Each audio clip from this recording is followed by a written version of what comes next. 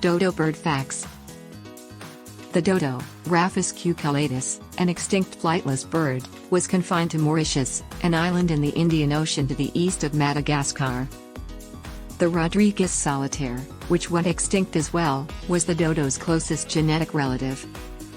The two were members of the extinct clade of flightless birds known as the Raphini, which includes the pigeon and dove families. The Nicobar pigeon is the dodo's closest surviving relative. It was once believed that a white dodo lived on the nearby island of Réunion. However, it is now recognized that this belief was erroneous because of the likewise extinct Réunion ibis and white dodo paintings. Discover 10 incredible dodo facts by reading on. There is no longer a single dodo specimen intact. Subfossilized remains were used to build the dodo skeletons you see in museums. However, there was a whole specimen at one point.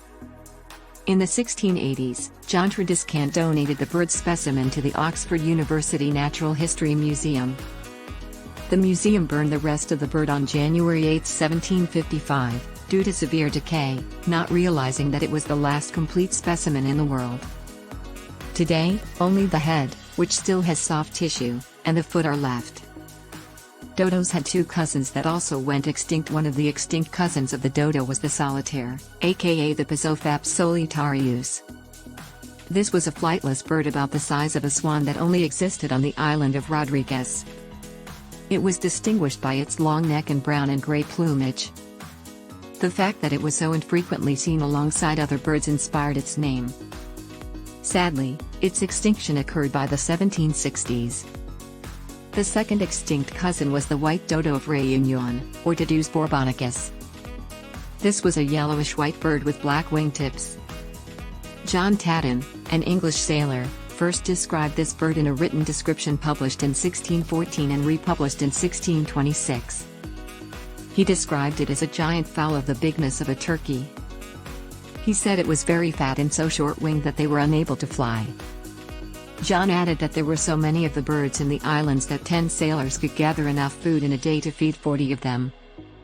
The dodo was basically a big pigeon during its time on Earth, and long after its extinction, scientists debated among themselves over what kind of bird the dodo was, classifying it variously as a chicken, vulture, eagle, penguin, or crane.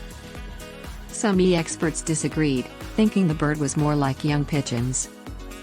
According to studies using DNA extracted from the dodo's thigh bone at Oxford University in 2007, the dodo is, in fact, related to pigeons. Many people thought the dodo was a myth. Naturalists who were still alive 150 years after the dodo went extinct can hardly be blamed for thinking the bird was a creation of sailors. In their 1848 book The Dodo and Its Kindred, Hugh Edwin Strickland and Alexander Melville argued for the bird's existence. The last dodo was seen in July 1681. The last person to observe a dodo in Mauritius and record their observation was an Englishman named Benjamin Harry, first mate of the British ship Berkeley Castle. Following that, the bird went extinct due to hunting, habitat damage, and the introduction of invasive species like rats and pigs, about 8 decades after the Dutch arrived. When many of us think of the dodo, we immediately think of the painting created by Rudolph II's former court painter, Roland Savary, who painted it in 1626. Pinto Correa reports that Savary regularly painted the dodo from memory after Rudolph's death, leading to inaccuracies in his depictions. It is also unclear if Savary painted live birds or drew inspiration from myths and preserved specimens. Researchers speculate that the dodo paintings were from captive birds that were overfed or stuffed. It's possible that weight differences between dodos in the wild could have resulted from a wide range of food availability. In 1865, Richard Owen of the Natural History Museum used a silhouette from one of Savary's drawings in petrified bones to assemble the first dodo reconstruction. After releasing his reconstruction and scholarly description, Owens waited 3 years before realizing he had made some mistakes. Research from the present day suggests that the dodo would have been more erect and would have had a slimmer neck and breast because of the absence of need for massive muscles in the bosom of these flightless birds. Centuries ago, it was speculated that as many as 17 dodo birds were transferred to Europe, but no one knows for sure.